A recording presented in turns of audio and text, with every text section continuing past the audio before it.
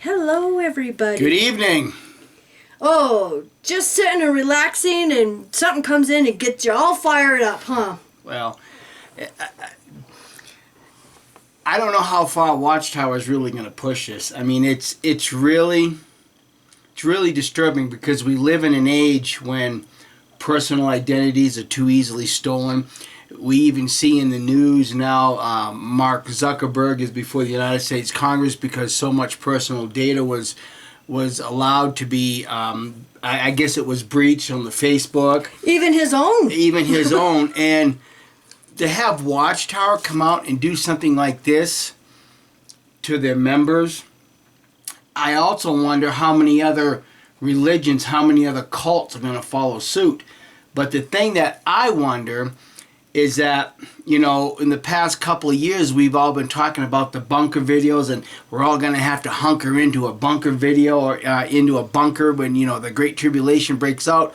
Well, what they're doing now, gathering this personal information and putting it in a database, every one of you Jehovah's Witnesses are giving up your addresses. So there's no point to hunkering down in a bunker. Because they know where you are. Yeah. So first of all, I just want to say thank you, Alexander James. She had done an article on jwvictims.org, and I asked her, people were asking me about the documents for the GDPR, the General Data Protection Regulation. Now, when I read these, I thought this was only going to be a thing in the UK. So it's like, okay, I didn't really pay much attention to it. You know, it's like, well, maybe if I get a chance, I'll do a video about it. Mm-hmm. And so thank you, AJ. The link to the documents is going to be down below. It's faithleaks.org. And that is a new website that was started by apostates of the Mormon Church. And this particular site is for Jehovah's Witnesses. And they have these documents on. And like I said, I will put the link down below for all of this.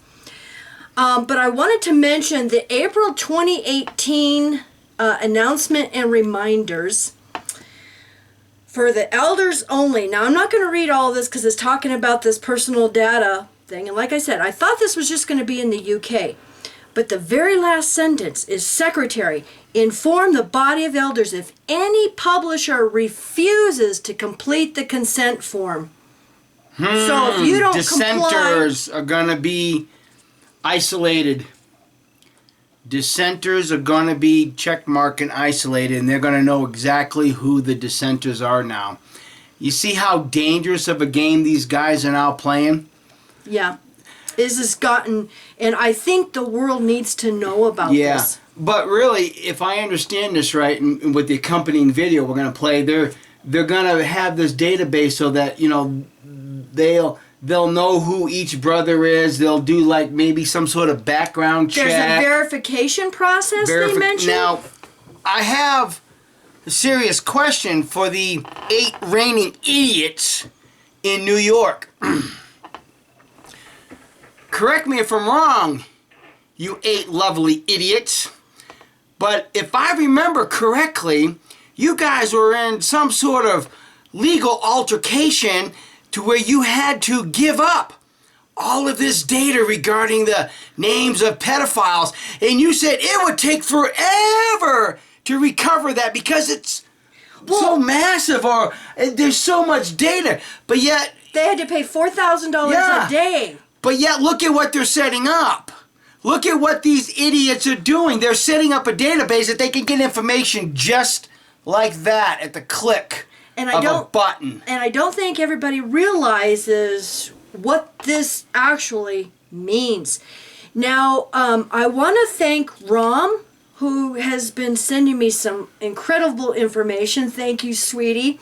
He sent me the link, and the YouTube channel is Faye, F-A-Y, DEHR, and I'm going to put the link down below to their YouTube channel because they've got the secretly leaked videos on there, and I just kind of edited it just a little bit. They had them in 4 parts, and so I just put them together. And in the beginning, they had like screenshots of everybody who was, I think, on the Skype in this conference. And what I did is I just took the little video of the speaker, and that's why it's a little bit blurry, because it was only about this big. So I just wanted to put them all together. But thank you, Faye and Rom, for letting us know. Yeah. And I hope you don't mind us mirroring this, but I think this is really important. I think many, many of us on YouTube should be mirroring this and talking about this data. Because, all I can think about is my mom. Yeah, especially with your family members. Yeah, my mom, all this information, she is gladly going to give them all of this. And we already know they already have your monthly donations set up to where they already have your debit card number that they will take this out automatically every month. Yeah. Now, when you guys hear the secretly leaked video, pay attention to what they're saying and how they're explaining this. And like I said, I thought it was just going to be the UK. They want the entire world of Jehovah's Witnesses to have their own account on jw.org, and they want to be... We were talking about Jehovah's bag of life the other day. Yeah, you're going to be in Jehovah's bag of life, all right. Yeah, you're in a little warm fuzzy, but you're in jw.org's hub, and that's what they call it. Yeah. And go look up the word hub. Yeah. Now, for those of you that are wishing to remain inside the organization because you have family members, you're going to be faced with a very difficult choice.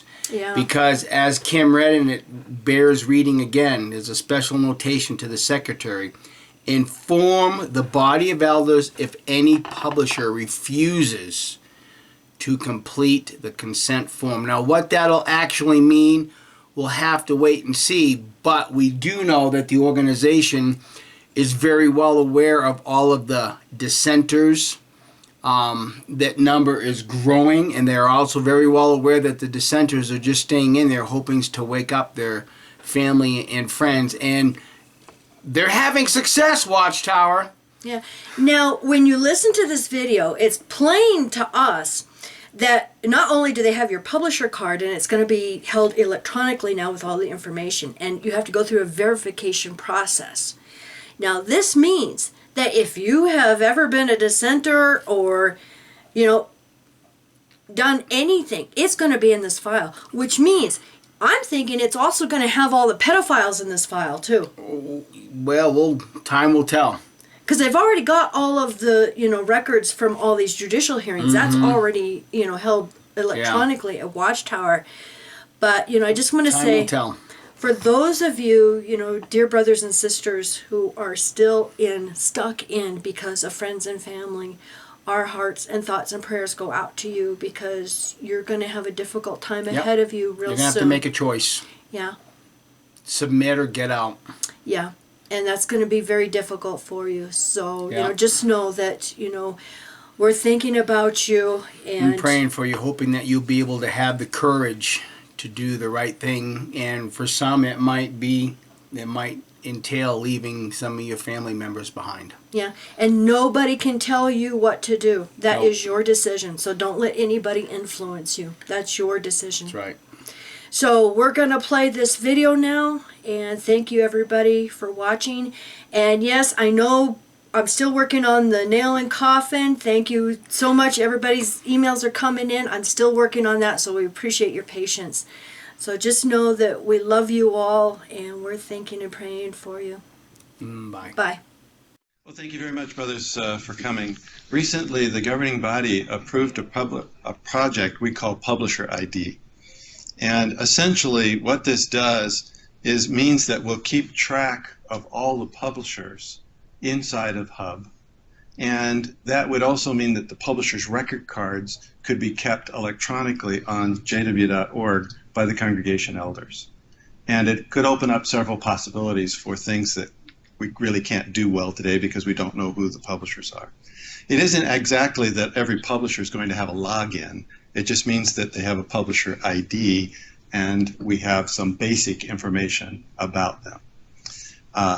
And it is confidential at this point, so we're explaining to you a little bit what we're doing. You may wonder why we're explaining what we're doing is because so many committees are involved with the different projects when it comes to publisher data. So certainly, coordinators committee, service committee, and personnel committee have deep involvement in wanting to have applications, for example, for someone in the field to turn in an application. Well, we don't know who that person is. They have to go through the congregation secretary, et cetera. And you'll see a little bit in Francois' demonstration explanation a little bit later how that works. But we also thought that several of the other committees are working on projects that may involve publishers in the field. And we thought it would be good for you also to know what the governing body had approved and how that may fit in with projects that you are working on for the future as well. And for some of you, it may have no impact on what you're doing, but it may be just good for you to know because it's going to impact the congregations and the elders as time goes along. So Brother Francois Lowe is going to give about a 20-minute presentation on what it involves. I'm going to give a few comments at the end, and then we have also a chance to answer some questions that you may have on it. We may not be able to answer all of them, but we could try and answer a few of them. All right? Brother Francois?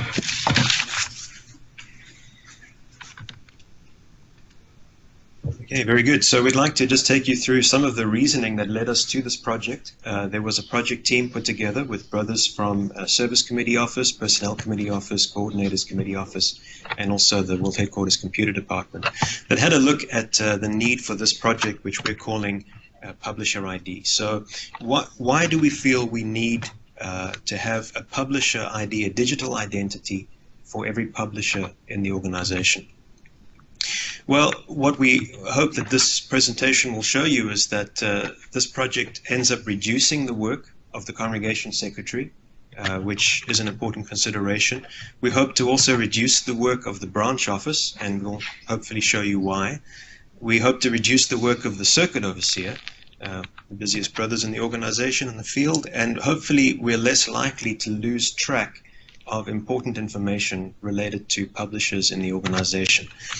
And we also hope to make sure that publisher identification data is stored more securely than it is right now. And we'll have a look at how congregation secretaries are working today and why we feel that this project achieves that. So that's the issue that we have. So how much data do we have in Hub? Well, let's take the United States as an example. Just over 1,200,000 publishers, about 1,250,000 publishers. Now, of that number of publishers in the United States branch territory, how many already have a record in Hub? Well, it's about half. It's about 750,000 persons. And remember that we have low confidence in about a third of that data and high confidence in about 2/3 of that data. So the reality is we're already storing just over half of our publishers worldwide. We have some record of their existence, but we have low confidence in a fairly large percentage of that data. So how do we correct this issue? What is the answer? We feel that it is allowing entry of the S21, that's the Congregation's Publisher Record Card, on jw.org. And why do we feel that that's beneficial? Well, let's just first look at perhaps a couple of concerns. Does this mean that every publisher needs to create their own login on jw.org? Is that what we're suggesting? The answer is no, not everyone. We're not expecting that the 85-year-old faithful pioneer sister in the congregation is going to have to go and create her own login for jw.org. And we also recognize that in many parts of the world, there's still limited internet bandwidth and availability, and so we're certainly not considering that this is a global solution. What we are hoping to accomplish, though, is that we have a verification process for every publisher involving the congregation secretary. And so instead of the secretary having to sort of decide, do you already have a publisher identity somewhere or not? Do you have a login or not? Are those two connected or not? We have a standard organizational process to verify the digital identity of every publisher, and we're trying to make that easy for the congregation secretary. And hopefully the result of this is that of all of the publishers we have, for example, in the United States branch, we would have every publisher's identity available in Hub, and we would have high confidence in the accuracy of the data of every publisher in the organization. Now, the big question is, are there legal concerns? So when we first showed this slide to our brothers in the legal department, they just started laughing. Of course, there are some concerns. However, some benefits are that our data is securely stored, so we can make sure that our data is stored in the most secure fashion available. The reality is we already are doing this for 50% of the publishers in the organization, so we're just extending the number of publishers we're already storing their information for. And then the principle that we're working with the legal department on is the principle of informed consent. And so that's really the legal basis for us to be able to do this. So although there are legal concerns, we're able to address all of those. And so hopefully you've been able to see from this brief presentation that our Publisher ID project does end up reducing the work of the Congregation Secretary, the branch office, the Circuit Overseer, and we're sure to not lose track of important information.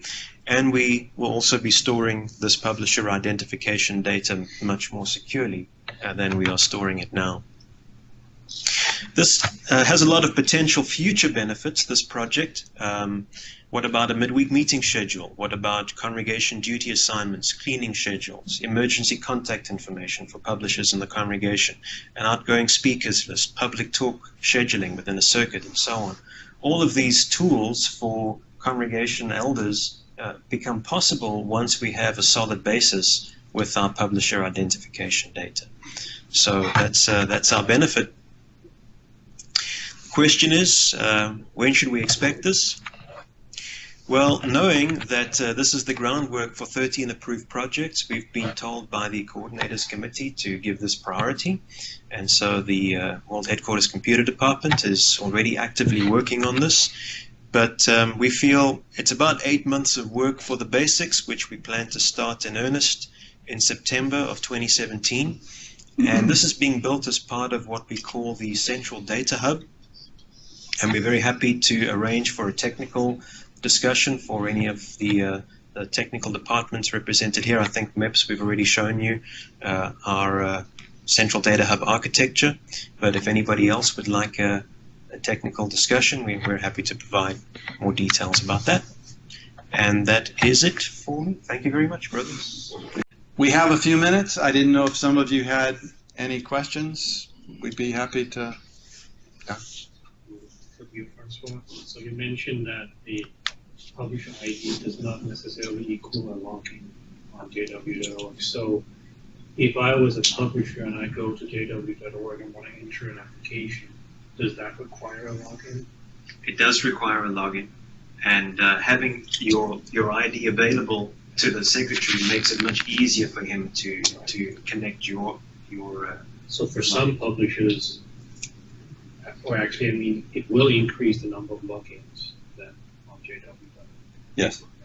So the question was, does it mean then that if you wanted to fill out an application, you need the publisher has to have a login? And that's correct, you would. In the case, though, we're just not making it a requirement that everyone who has a publisher ID or a publisher card has to have a login. But if they want to do something that involves maybe communicating with the branch office, then it would be good if they got a login. And so that the number of logins is going to go up, and the number of publishers that have logins go up. But we didn't want you to equate the publisher ID and publisher card with having to have a login. They're not one and the same. Everybody will have a publisher ID and will know about them, but only people who really need to will have a login. Does that make sense? Because otherwise it can seem a bit daunting to require everybody to have a login. That's right. The data will only be as good as the initial entry that's made by the secretary. I've never seen a congregation publisher card file box that was correct and up to date. Every card, every data point. Baptism dates are often missing. Birth dates sometimes incorrect. The spelling of the name is not correct. How are we going to manage this with the secretaries entering all this data so it's accurate? Yeah, Brother Stranko asked, how are we going to make sure that the data for the publishers is accurate? Because he said he hadn't seen a box of cards that was totally accurate. one is we could stress to the secretaries that it's more important now to get the data and keep the data up to date. And maybe because now on jw.org, they will be using that data in their lists and other features of the program for like emergency contact information, that it'll be more clear that the date is that when it sits on the card and doesn't get used by anything, it may not be as I don't know, important for the brother to keep it up to date. And I think we've also talked about the possibility, there's the possibility then for publishers with a login to keep their own information up to date. So there'd be certain things that we wouldn't let them change about the publisher record card, but their address, telephone number, their basic contact information, we could now allow people to maintain it themselves and make sure it's accurate. So that could also be a future possibility down the line.